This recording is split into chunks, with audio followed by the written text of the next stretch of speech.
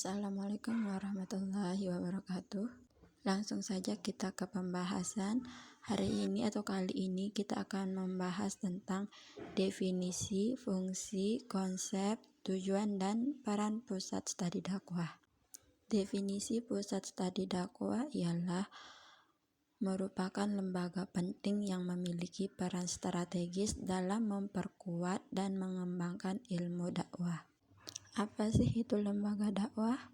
Lembaga dakwah adalah semua organisasi yang bersifat keagamaan, baik berupa sifatnya lokal, berlevel daerah, provinsi, bahkan nasional. Lembaga dakwah adalah sebuah wadah yang menjadi sarana individu maupun sekelompok orang dalam sharing ilmu agama Islam, yang dimana sebuah organisasi yang sengaja dibangun oleh sekelompok orang yang bertujuan untuk mendapatkan dan berbagi pengetahuan tentang agama. Dalam hal ini, lembaga dakwah pun memiliki strukturnya tersendiri dan metode-metode yang digunakan, karena setiap lembaga dakwah pasti memiliki metode dan struktur yang berbeda. Ada beberapa yang digunakan dalam satu lembaga, namun tidak digunakan pada lembaga lain. Konsep dari manajemen studi dakwah.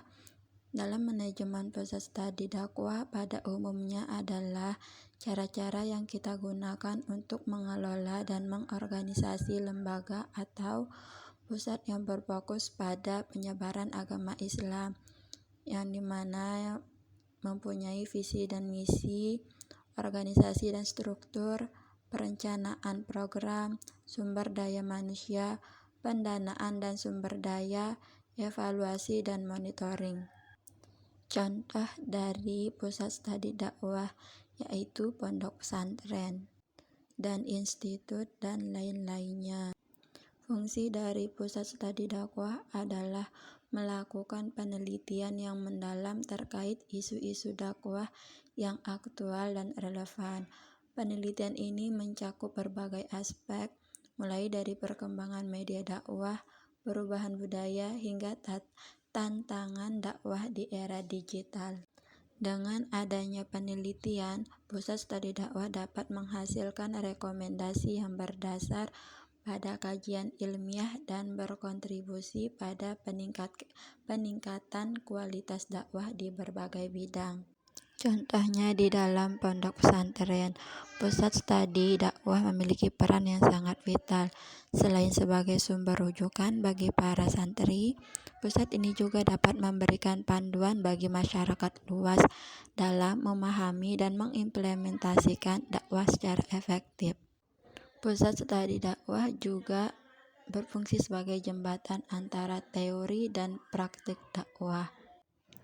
Teori-teori dakwah yang dikaji di pusat studi ini tidak hanya berhenti pada tataran konsep, tetapi juga diterapkan dalam kehidupan nyata.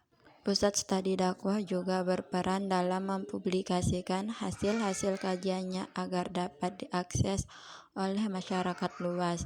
Publikasi ini menjadi salah satu cara untuk menyebarkan pemahaman yang lebih mendalam mengenai ajaran Islam, serta menawarkan solusi-solusi dakwah yang inovatif dan implikatif. Dan tujuan dari pusat studi dakwah adalah menciptakan generasi yang tidak hanya memiliki pemahaman mendalam tentang ajaran Islam, tetapi juga mampu mengimplementasikan nilai-nilai tersebut dalam kehidupan sehari-hari.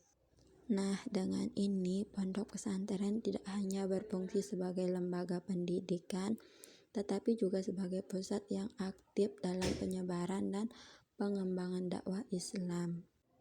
Lembaga Islam yang mengatur dakwah Islam bisa berbeda-beda tergantung negara dan struktur organisasi masing-masing, seperti Majelis Ulama Indonesia, Departemen Agama, Jamiat Ulama Islam, Al-Azhar Universitas. Pusat studi dakwah di tingkat lokal itu ada banyak ya teman-teman, seperti masjid dan ormas dan lembaga keagamaan yang juga aktif dalam kegiatan dakwah. Nah, di zaman modern ini atau zaman sekarang, pusat studi dakwah memiliki beberapa fungsi penting. Yang pertama, sebagai pendidikan dan pelatihan. Kedua, sebagai penelitian dan pengembangan. Ketiga, sebagai penyuluhan dan konsultasi. Yang keempat, penerbitan dan publikasi. Kelima, pemberdayaan masyarakat. Keenam, dialog antar agama. Dan yang ketujuh, sebagai adaptasi teknologi. Hanya saja saya bisa. Saya saja dapat 2, 3, 4, 5. Pembahasan dari saya.